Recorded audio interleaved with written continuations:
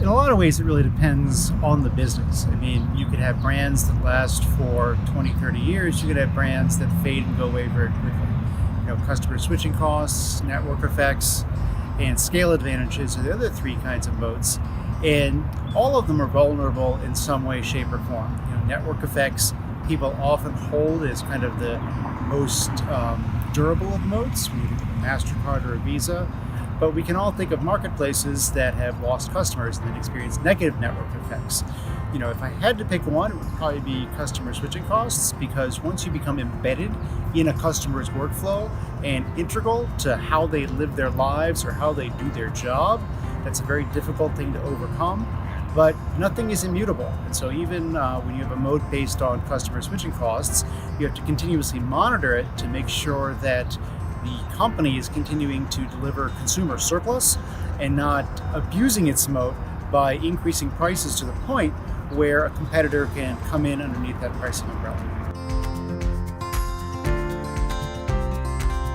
So to review, the four kinds of moats that we focus on at my firm and that I've written about in my books are intangible assets such as brands and approvals and patents that give a business pricing power, customer switching costs that occur when the cost of switching from product A to product B outweighs the benefit of doing so, cost advantages that occur from the benefits of either scale or process-based advantages, and then network effects when the value of a product or service increases with the number of users. I think about a credit card network or social media. And when I think about moats that are becoming more and less durable over time, certainly network effects are perhaps not more durable, but more common today than they were 20 or 30 years ago, simply because the widespread availability of the internet and smartphones has enabled products and services to reach more people faster.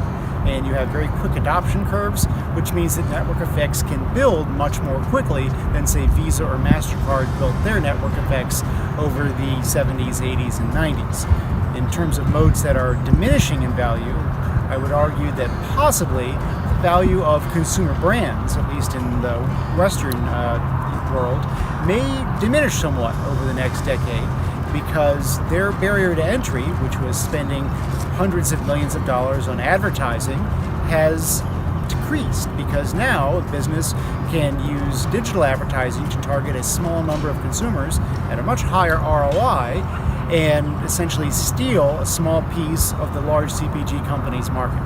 Doesn't mean those brands have no value. It simply means that the ability of a business to create a brand that reaches and connects with some consumers is easier today than it was 20 or 30 years ago. So I think the simplest way to tell whether a moat is really weakening is a company that has had pricing power no longer has it.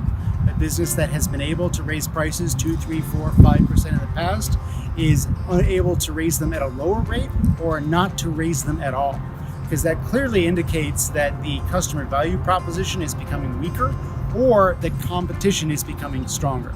So when you see pricing power that has been historically strong diminish, that is a clear sign that the moat is weakening. So one area in which moats that have been really strong for a long time may, and I emphasize may, become less strong over the next decade or so is if you think about consumer products companies, especially in the West. Because it used to be that to build a big brand for cereal or soft drinks, it required a huge advertising budget to go on network TV and advertise to 50, 60 million people. Today, you can use digital advertising and other techniques that are much lower cost to reach a smaller audience, but one which is much more targeted. And so that means that the addressable audience for the mass brand arguably becomes lower. So that's an area where I think you may want to question whether the inevitables still are inevitable in a way. And in terms of a place where moats are widening, I think generally speaking, you have more network effect businesses today than you did 20, 30 years ago. And that's largely because of the access to information and the internet, where the ability to have a product, quote unquote, go viral or increase in value to you as a single user as more and more people adopt it, that's easier today because of the ability to adopt the product quickly with smartphones in everybody's hand. So a moat is, I would argue by definition, something that's inherent to the business, something that doesn't change very much. Management can change. And so betting that a manager is a moat, I think, is different from betting that a manager will create a moat. Berkshire Hathaway is a very good example. You could have looked at Berkshire Hathaway in the 1970s or 1980s and certainly made a strong argument that Mr. Buffett was a good manager, a good capital allocator. But if he had been hit by a bus, the moat would not have been there. Now we look at today, we have a very low cost of capital. We have businesses like Burlington Northern Santa Fe and Mid-American that have their own structural competitive advantages. And so Mr. Buffett has created that moat over time. Berkshire certainly has a moat today, but if you look at Berkshire back before, when it owned Burlington Northern and Mid-American, and it was really just a collection of minority holdings in publicly traded companies, going back 20 and 30 years, arguing that Mr. Buffett was a moat when at any day he could have had a heart attack, he could have been hit by a bus. I think that's a difficult argument to make, which is why management itself is not a moat, though they can build moats over time. Well, as an investor, your returns are going to be determined by future cash flows, not past cash flows.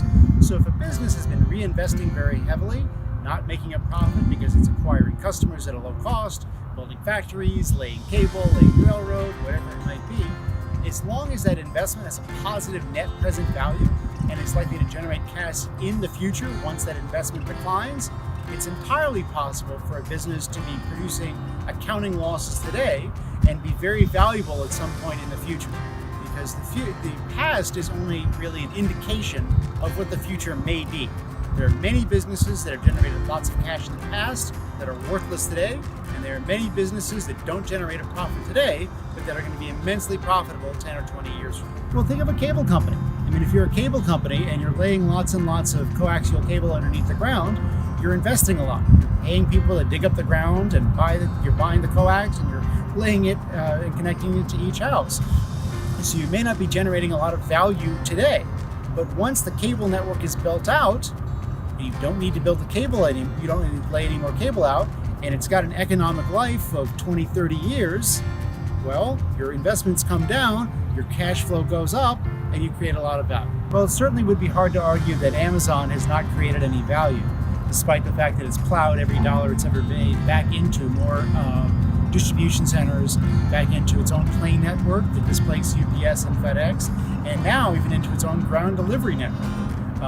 Those actions are creating an enormous amount of value for shareholders and for customers, even though they reduce reported GAAP profits today.